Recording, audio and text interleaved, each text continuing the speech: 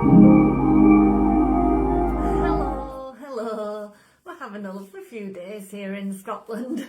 My arms are out and everything. It's always a bit weird when during the crossover phase in Scotland. It's like, oh, you get so attached to your jumpers, and it's like, well, what do you mean? I can walk around the house in a t-shirt, except if you go in my kitchen, which does tend to be like walking into the Antarctic. But other than that, it's not bad weather at all. We're having a nice time. I just want to have a little chat about kind of something that I'm noticing, and it's very something that I would very much have resonated with myself when I was younger, and it's a lot to do with the stories kind of that we tell ourselves, that we've told ourselves over a considerable period of time, and it's a lot to do with forgiveness as well. I haven't seen the Barbie movie yet, but just before I was going to come on and do this little clip popped up on my feed of Barbie, Margot Robbie and Kate McKinnon, I believe it is. So I don't know like the context around it, but basically Kate McKinnon is there with her hands like this and saying, you can choose the old way, which is like the high heel and the bedazzle and the old, and not knowing the truth of things, you know, not knowing what the real world is. Or you can choose like the universal way, which is like this grubby old Birkenstock, you know, well worn in and the rest of it. And of course Barbie goes, no, choose the old way. I don't know how that pans out, but it is very, very true. That these stories that we've created for ourselves over our lives, even when they're hurting us, the familiarity of them and the veneer of them and what we see on the surface is what we're bonded to. We like what's familiar. So the idea of not knowing the answer, of not knowing how it's going to play out, of doing something that's unfamiliar, even if it's a comfortable Birkenstock, that's, you know, going to feel lovely on your feet, you know, we'd rather cripple ourselves with that high heel. And it's very, very true. And it's something kind of I come across when I have these little pre-chats with people. And, you know, people come to me for a variety of different things. I haven't really niched yet. So it can kind of go from the sublime to the ridiculous, and when I say that, I don't mean that in an insulting way. It can go from the very straightforward things that are a simple fix to the really, really complex things, and it can vary from day to day. So sometimes it's for me it's like a bit of a mind flip, if you like. I won't say the other word. But it is that case of sometimes when I'm listening to people and I hear like this backstory, the kind of backstories we create in our head, and you just sat listening and thinking, okay, now I know I can help, but at some point there has to be an aspect of them being willing to let go of this story. And for some people that story is really, really intense and they're really, really invested in it. And it's happened over a number of decades, and they kind of want to feel better, but they also want to stay attached to the story, the backstory of it all. And that is when I kind of have to think, I don't know if this client is for me, because I can help you with all of the problems in the world. It can be as complex as you like, but you have to come ready to let go of that. And some people are so hurt and have got so low that story is really all they have in a way. It's become like a lover or a best friend or a comfort blanket or something like that. So the idea of not knowing what's going to come next, even if what's next is better, it can be a very, very scary thing. And that's really the only times I question whether this client is for me. Because what happens sometimes is people kind of come, and what will happen sometimes with human beings is they'll like kind of reach out to a lot of people all at once because they're in a desperate position and they feel really edgy, you know. So they're looking for who's going to do it fastest, cheapest, whatever it is, or just make all the decisions for them. And that's not really, really going to work, because it's really essential that you work with the person who's the right fit for you. And I might not be the right fit for you. It might be somebody else. But you kind of have to be able to step a little bit away from the story at first, just in order to make the right choice for yourself and to work with the person that's right for you, not just who can fit you in fastest or who's going to be cheapest, because it's kind of a false economy. So kind of when people come and they've got a really intense story, but at the same time they're saying, how fast can you get me in? And what's it going to cost? And will you choose the pathway that I need to take? And it's like, at some point, even early doors, I need you to be a little bit on board with, I'm going to make some choices for myself. I'm going to prioritize myself. I'm going to take the time to do it. I'm going to pick the right person. I'm going to pay like whatever money it takes to work with whoever is right for me. You know, I'm not going to minimize it. And all of this can be quite difficult for people, especially like if you're so invested in the story, but also money is a factor and you want it to happen fast and you're looking for somebody to just give you that miracle. And no one person can promise that. You know, and if anybody does promise that to you, just like across the board, I guarantee everything, without asking that client to have some accountability for the outcome themselves, you know, it's not correct.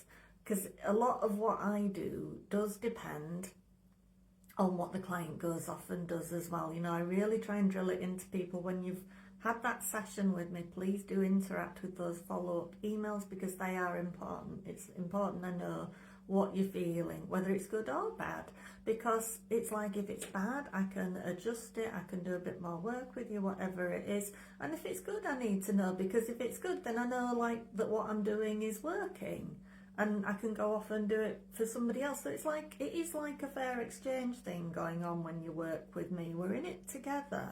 So I have to know that you're not going to put all of the weight on me and make me make all the choices and make me shift all the time, you know, cater to your timings, or, you know, try and do it the cheapest way for you rather than doing what's the actual right pathway for you.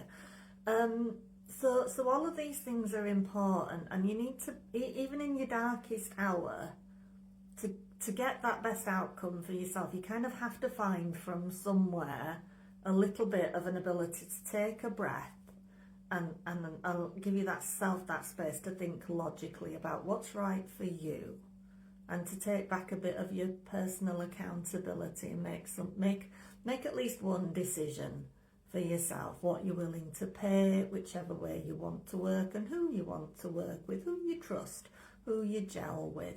You know, don't just go for the person who's just, because I'm often put in that position of, you know, people come that are desperate and it's like, I can't do it then, can you do it here? But and are trying to shift the ballpark all the time. And I do have quite a simple system if you want to work with me. You know, there's just links all over the place. You choose whichever way, you just book and pay, you choose your date, you choose your slot. But a lot of people that are in a desperate position start putting a lot of obstacles in the way early on. It does sometimes come hand in hand with it. It's easy to start making problems where there is none, and we do tend to do that as human beings. We do it a lot. And a lot of it ties into this thing of gaining from somewhere the ability to let go, even if it's just a little bit. As human beings, we tend to hoard things or hold on to things, including feelings, habits, behaviours. We get so invested in them, and it all tallies with the work I do. We hoard these feelings and we keep them front and centre because they're familiar to us. They remind us never to let that thing happen to us again, or to warn us off, or to keep us safe, or to prioritise us. We have to keep those negative feelings and those kind of sins that people have committed against us, and that blame and punishment sense we have about ourselves, that we must be punished because we've done this wrong and that wrong and the other wrong. We keep all of this hurt and pain and frustration very front and centre in our minds. We don't let it go, and so it's sat there punishing us. So a big part of what I do is giving you the ability to let it go, to let go of the narrative, but you have to be able to, in the early phase, just while you get, while the help gets on board, if you like, you have to allow for the idea of things are going to be different, and to be a little bit brave and, just allow for the idea that you can let go of that story.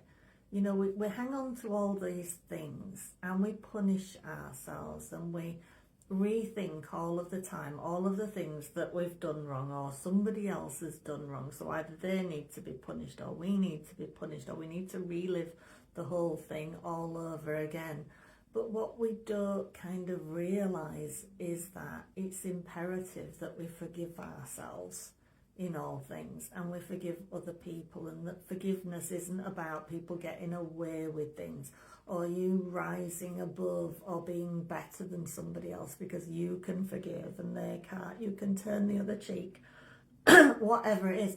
Real forgiveness is about achieving peace.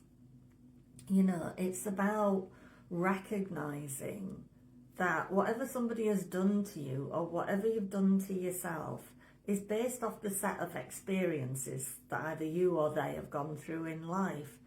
So it again comes back to that thing of that the you underneath of that, all of that weight of guilt, pain, shame, fear, frustration, all of those things, the bad things you've done in your life, the you underneath all of that is still the same as when you were born. And you can get back to that if you are willing to, but you have to be willing to let go of the idea of that you need to be punished for something, you need to be shamed for something, you need to suffer for something, or indeed that somebody else has to either. You have to recognise that the you underneath all of your actions and your past and your behaviours is perfectly fine and pure, and so are they. We go around every day as human beings thinking we're dealing with people. And we are, but what we're really dealing with is other people's series of events that's happened throughout their life, and it's a form of dealing with unreality. It is that Matrix-like thing that Barbie's trying to tell you with that clip. It's like you can choose to see this surface, and you can choose to think pain, hate, frustration, judgment, trying to list off all the bad stuff, all of the grievances and everything like that. You can choose to believe that that is the real person, or you can choose to, including yourself, or you can choose to believe that that is just the set of circumstances that's happened over a lifetime, but the thing underneath is still good and pure and peaceful and happy and full of potential and all of the rest of it. Because like when you walk around telling yourself that you're so bad, you're so this, you're so that, when you're so invested in that story, you will never have the good things that you want to have in life, like a nice partner, like money, like success in whatever it is that you want to do. You will never, break above a certain ceiling because you're always telling yourself that you don't deserve such things. Maybe not in those terms, but by telling yourself that you're bad, that you shouldn't have done this, that you should have done that, and this shouldn't have happened like that, and you're terrible, you're not good enough, you're unworthy and all the rest of it. Why should the good stuff ever come to you? It won't, because you're constantly telling yourself that you don't deserve it. So your mind will not go off and figure out how to achieve all of those things for you.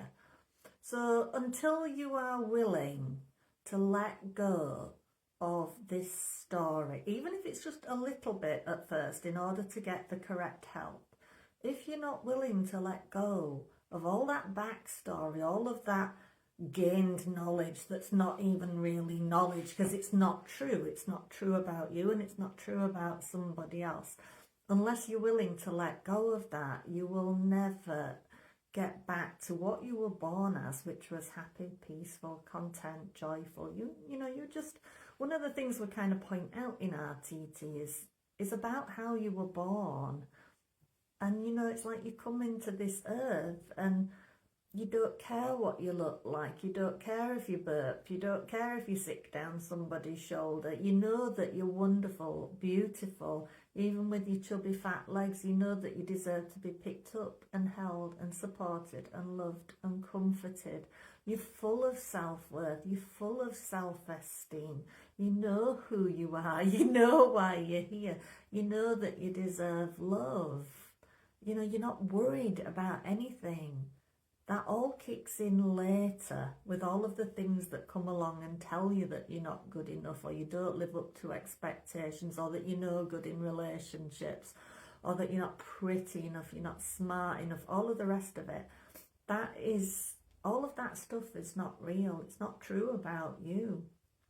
So you kind of have to, if you really want to get along in this life and really change your life, which as I say, it can be kind of scary to think about picking that Birkenstock, that comfortable Birkenstock that you could walk a lifetime in, over the high heel of the illusion and the story and the what's familiar, you know. It's like, do you want the shiny object that hurts you and cripples you, or do you want the Birkenstock that's maybe you'd never thought about wearing before? It wouldn't be the thing that you chose in the shop, but it's comfortable, it'll last forever. You know what I mean? It molds to the real shape of your foot, and the rest of it's going to support you forever. You've got a choice to make. Do you stick with the familiar that's hurting you, that you put on every day and squishes you in and contracts you and the rest of it? Or do you choose to kind of to make a different choice and to kind of just be wearing something comfortable enough that you can walk a lifetime in and discover more and more about yourself and more about the world around you, and have a deeper kind of connection and all of the rest of it? It's the choice to go inwards or the choice to go outwards, really. And it really is up to you. And it's not something that somebody else like me or anybody else, we can't do it entirely for you. You have to, even as hurt as you are right now, even as desperate as you are right now, you have to find a little inkling inside that, you know, is strong enough to even step in like a couple of inches away from the story. It's like when you go to the hairdresser, you know what I mean? And he or she goes, "What are we doing?" And you come out with like a 10 or 15 minute spiel about the hair and the past and what it's done before and what it was like then, but it's not like that now because I'm older and this bit does that and that bit does that and I can't do this with it anymore, and I've tried this, I've tried that, I've tried the other, and your hairdresser is stood there and they're like, oh. And they're probably thinking, is this the client for me some of the time? Or they're thinking, how on earth do I achieve this?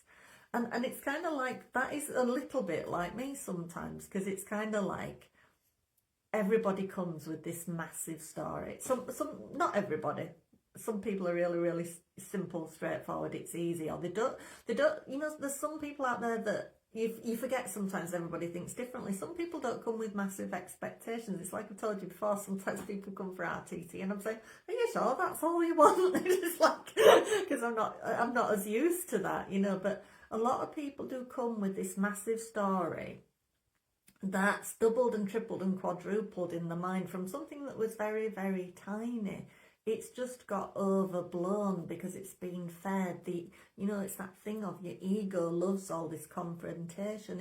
Your ego is this funny little child inside that likes conflict. It likes doing without. It likes feeling stuck. It likes people being wrong. It's the summation of all that hurt you've experienced in your life that's become this little demon inside that we constantly battle with. And these egos like spinning stories. It likes telling us what's not true in order to keep us small and to keep us stuck and to keep us in that never-ending battle. But it is not the truth of us if we can find a way to let go. And when you truly experience like moments of letting go and experiencing that peace, there's absolutely nothing like it.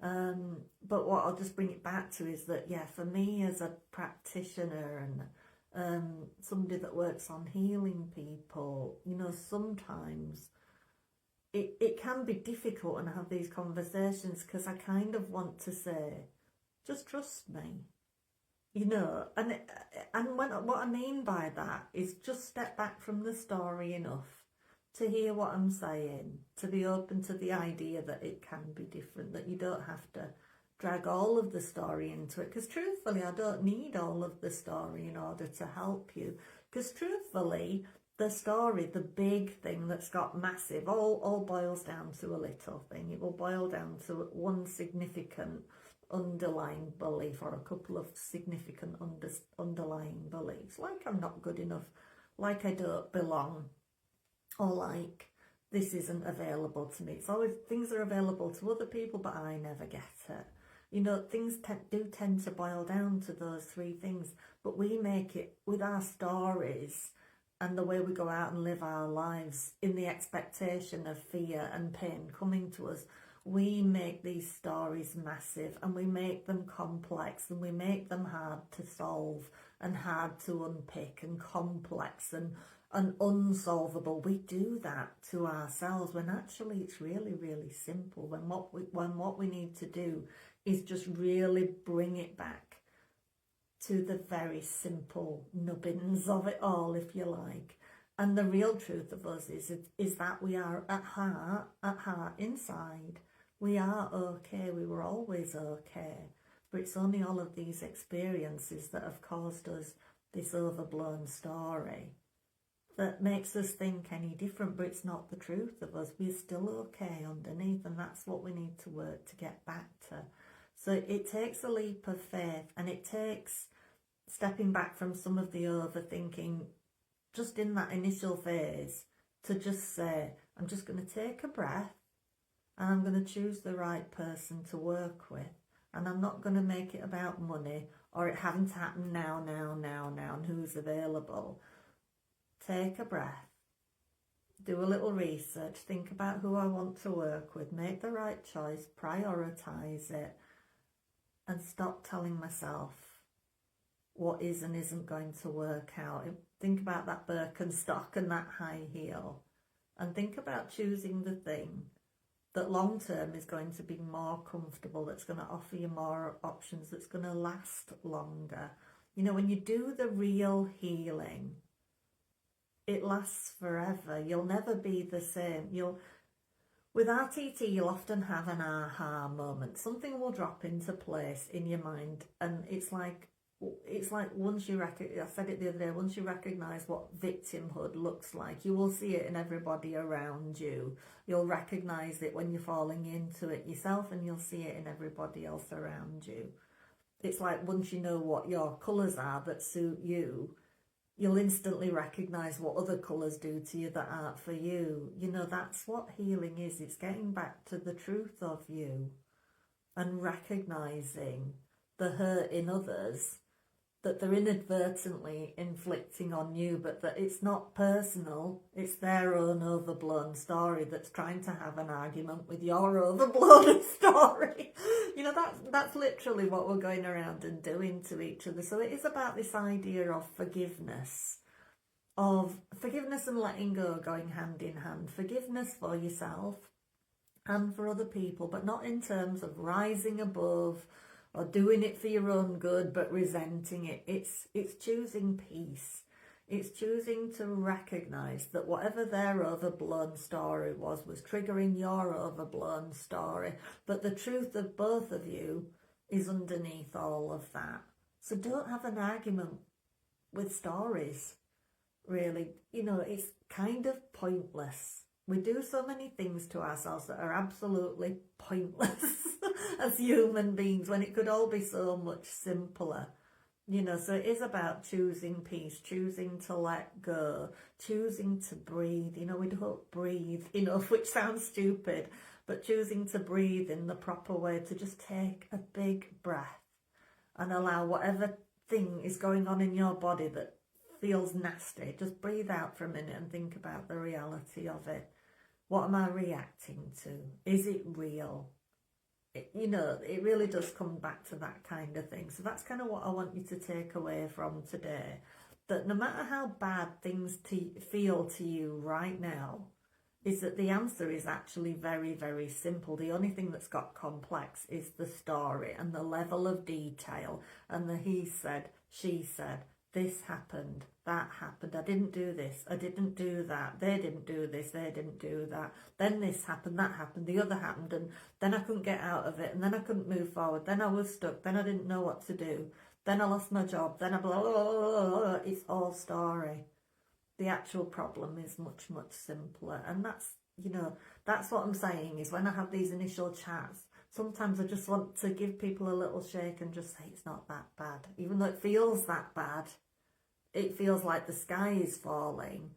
I just literally need them to take a breath and allow a little bit of clear thinking. And that's all it is really sometimes. And then I can help you, you know, when you can just be brave enough to take a breath. I really can help you, you know, but there has to be an opening for me. That is the thing. There has to be an opening for me to help you. I think that's the point I'm trying to make, really. So sometimes it can be frustrating for me because I know I can help people, but that story is so intense and they're so committed to it, and it's driving emotions to such a heightened level where it's triggering something all of the time, that at that point it gets difficult for me to help, or to even start to help, because there's no opening. There's no opening for me. And that's when people are at a really dangerous point, really, when, you know, when they're at risk of self-harm, is when they've shut down all avenues of being able to think even a tiny bit different. So you kind of have to find it from somewhere, an opening for something to be different, for thinking to be different, or to let go of the thinking altogether, to let go of the judgment and the grievances and the fear and the anxiety, and just think, life isn't this complex. We make it complex, but it is not complex. Life isn't complicated at all. It's not supposed to be a battle. It's really not supposed to be a battle. It's not supposed to be good and evil, bad and good, right and wrong. It's not supposed to be any of those things. And we need to focus on that more and more. All right, so I hope that was useful. And as I say, if you're open to being helped, please do consider booking a free call at charmedlifetherapy.co.uk/call. If you're watching this on YouTube, please do consider liking, subscribing, sharing, follow my Facebook page, give me a little bit of support, a little bit of love, and I would really appreciate that. And just, I'm always here if you need to reach out and ask a question. If you fancy having a free hypnotherapy audio for yourself, you can do that on my website too, charmedlifetherapy.co.uk/subscribe. And there's a lot of free resources on my website there. There's a blog with lots of articles, and if you tap the more button on my website, there's access to the free Facebook group, the Depression and Anxiety Masterclass, frequently asked questions about treatment. All the pricing is there. I'm very straightforward, open, honest about pricing, honest about what I can do for you, happy to explain anything to you. But it's time to be set free, basically, from the story that you're running. That's the problem, really, the stories we create, nothing else, nothing more. All right, I'll see you later.